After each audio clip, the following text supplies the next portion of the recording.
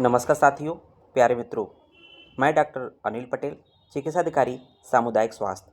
आज हम लोग बात करने वाले हैं कि एनएचएम के थ्रू जो आयुष मेडिकल अफसर की जो संविदा के पद की वैकेंसी आई है उसके बारे में, उसके प्रारूप अर्थात आवेदन पत्र कैसे भरे या एप्लीकेशन फॉर्म कैसे भरे उसके बारे में बात करने वाले हैं। तो सामने दिख रहा होगा आवेदन का प्रारूप।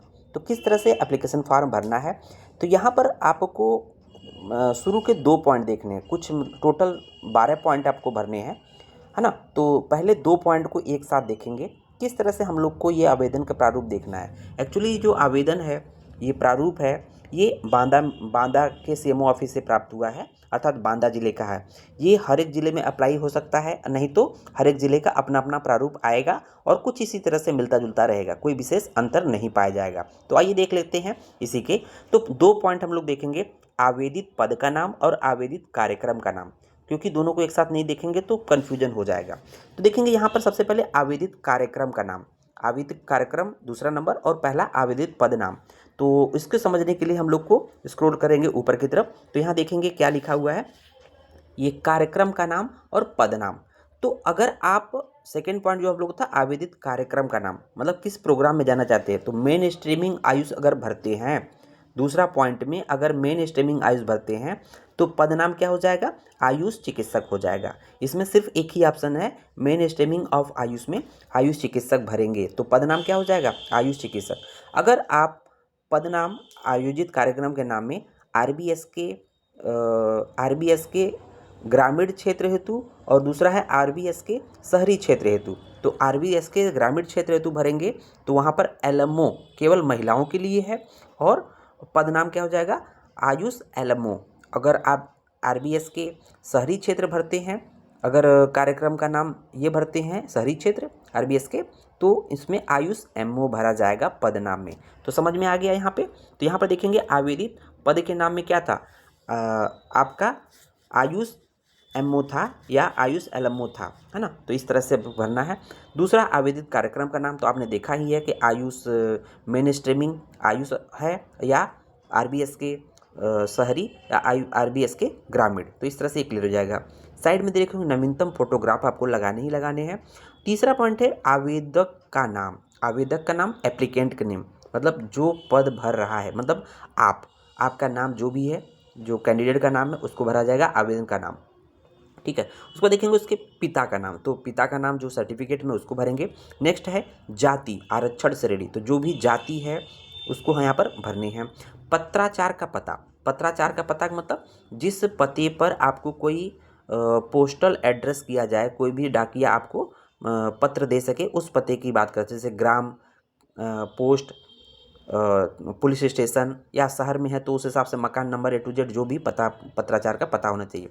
जन्म तिथि भरनी है आपको, जो जन्म तिथि आप सर्टिफिकेट में है, और ईमेल आईडी भरनी है। हो सकता है कि आपको डाकिए के थ्रू न भेजकर वो मेल के थ्रू आपको भेज दिया जाए, क्योंकि इस समय ऑनलाइन इस तरह की व्यवस्था अच्छी है। और देखेंगे नेक्स्ट पॉइंट है भारतीय चिकित्सा बोर्ड उत्तर प्रदेश में वैद्य हकीम, वैद्य मतलब आयुष आयुर्वेद के लिए, हकीम मतलब यूनानी के लिए, और होम्योपैथिक मेडिकल काउंसिल में पंजीयन अर्थात पंजीकरण संख्या लिखना है। तो जो भी आपका चाहे आयुर्वेद के हो, चाहे यूनानी के हो, चाहे आप होम्योपैथी के हो, उसका एक रजिस्ट्रेशन नंबर होता है, वो मिलता है आपको बोर्ड से, उसको ज़रूर भरना है। नेक्स्ट पॉइंट है कार्य का अनुभव, तो वहाँ पर दिया हुआ है ना कि कम से कम मतलब आप मिनिमम, जैसे ये एक एडिशनल है, अगर आपके पास एडिशनल अनुभव कोई नहीं है, एक्सपीरियंस नहीं, तो कोई बात नहीं।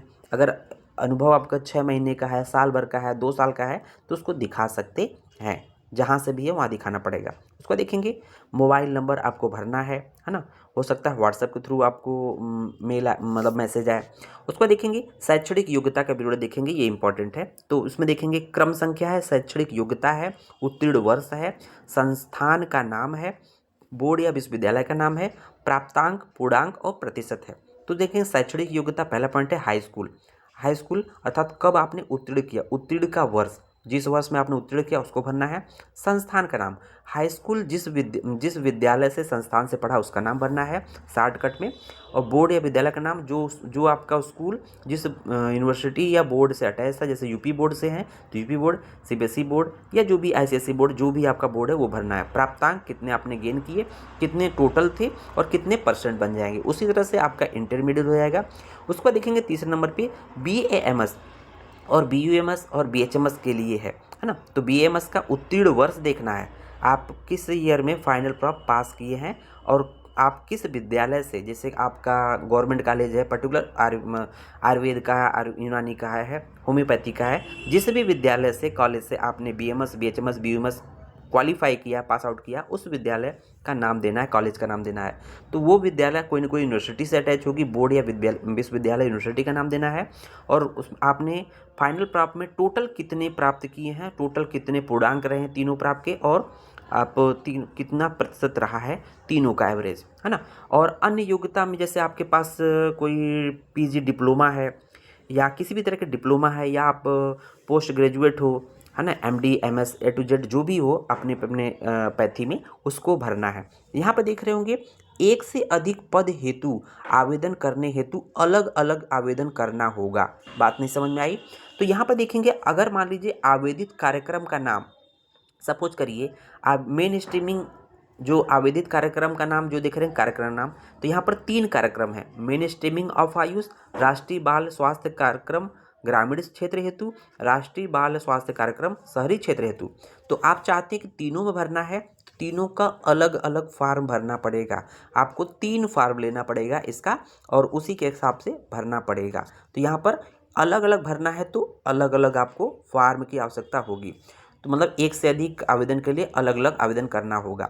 उपयुक्त समस्त पदों हेतु आवेदन स्क्रीनिंग अर्थात उसकी छटनी में पात्र पाए गए अभ्यर्थियों को वॉक इन इंटरव्यू हेतु सूचना जो है, मतलब मैसेज जो है, ईमेल के थ्रू या व्हाट्सएप पर या दूरभाष पत्र के माध्यम से प्रेषित किया जाएगा। तो जैसी व्यवस्था होगी उस हिसाब से वो मैनेज कर लेंगे। यह पद पूर्णतः नियत मानदेय पर संविदा शर्तों के अधीन है तथा इस पर स्थायीकरण का कोई दावा स्वीकार नहीं होगा। और भर्ती प्रक्रिया के किसी भी स्तर पर रिक्त पदों की संख्या में परिवर्तन हो सकता है अथवा चयन प्रक्रिया को स्थगित या निरस्त भी किया जा सकता है। तो कोई भी हो सकता है, आप उस पर क्लेम नहीं कर सकते हो। उपरोक्त पदों पर नियुक्त एक वित्तीय वर्ष तक के लिए मान्य होगी, जिसे भारत सरकार के अनुमोदन उपरांत आगे बढ़ाया जा सकता है। साक्षात्कार हेतु किसी प्रकार का यात्रा भत्ता नहीं देय होगा। इच्छुक अभ्यर्थी की आयु विज्ञापन प्रकाशन की तिथि को 62 वर्ष से अधिक नहीं होनी चाहिए। चयन प्रक्रिया में उत्तर प्रदेश शासन द्वारा आरक्षण नीति का पालन करते हुए प्रक्रिया की जाएगी। कोई भी प्रतिकूल तथ्य पाए जाने पर जिला स्वास्थ्य समिति राष्ट्रीय स्वास्थ्य मिशन उत्तर प्रदेश द्वारा 1 महीने का नोटिस या नोटिस के बदले 1 महीने के वेतन के बराबर राशि देकर चयनित अभ्यर्थी की संविदा सेवा समाप्त की जा सकती है। उपरोक्त रिक्तियों की विस्तृत जानकारी NIC बांदा की वेबसाइट पर उपलब्ध है, तो आप इसको देख सकते हैं।